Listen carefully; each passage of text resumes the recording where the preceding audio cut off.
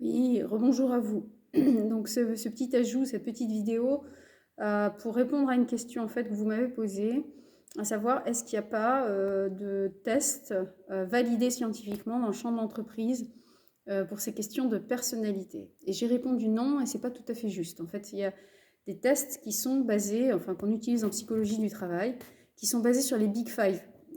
Donc c'est une analyse factorielle de la personnalité qui, à partir de tous les adjectifs que les gens peuvent utiliser pour se décrire, eh bien finalement, ont dégagé des grands facteurs de personnalité. Il y en a 5 qui se subdivisent en plusieurs autres sous-facteurs. Ça comporte par exemple l'agréabilité, le caractère consciencieux, l'ouverture d'esprit, le caractère extraverti versus introversion, etc. Donc pour chaque facteur, il y a son antagoniste. Et donc ça c'est intéressant, mais c'est des tests validés qui vont dégager des profils de tempérament, des tempéraments de personnalité. Il faut savoir que la personnalité elle est construite sur de plusieurs manières. Il y a le tempérament de base, qui est quelque chose d'assez génétique. On naît avec un tempérament, comme on naît avec les cheveux marrons, ou bruns, ou blonds, etc., comme la couleur des yeux, etc.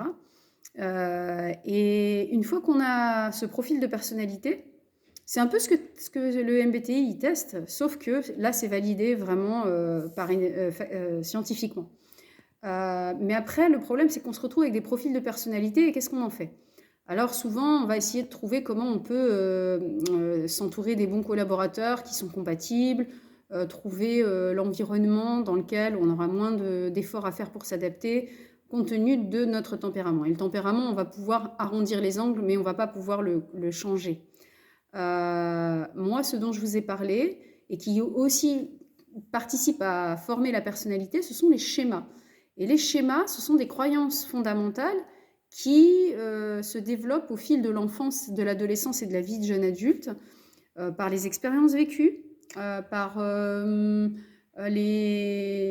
l'éducation, par exemple un schéma d'échec imposture, puisqu'on a parlé de celui-là.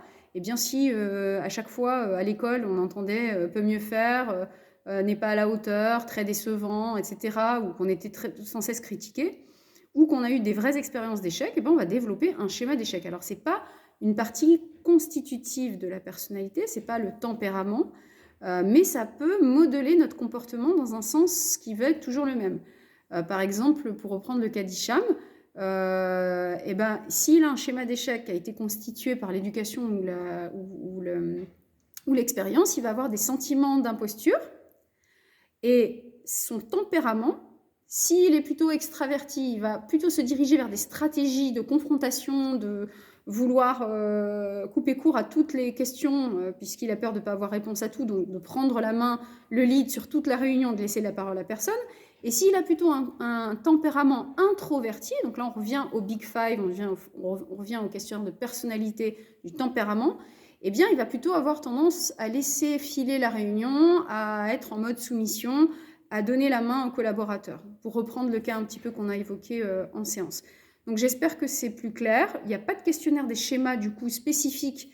Donc là, c'est vraiment processuel. Hein. Ça vient tester nos failles, nos zones de vulnérabilité, nos facteurs de nos cercles vicieux du stress. Il n'y a pas du coup de questionnaire des schémas qui est propre au champ de l'entreprise. Il y a le questionnaire des schémas de Jung, qui est le plus connu et utilisé et le plus validé, et que moi j'ai adapté du coup pour que ça soit utilisable dans le champ de l'entreprise. Voilà. S'il y a d'autres questions, eh ben, vous n'hésitez pas. À bientôt.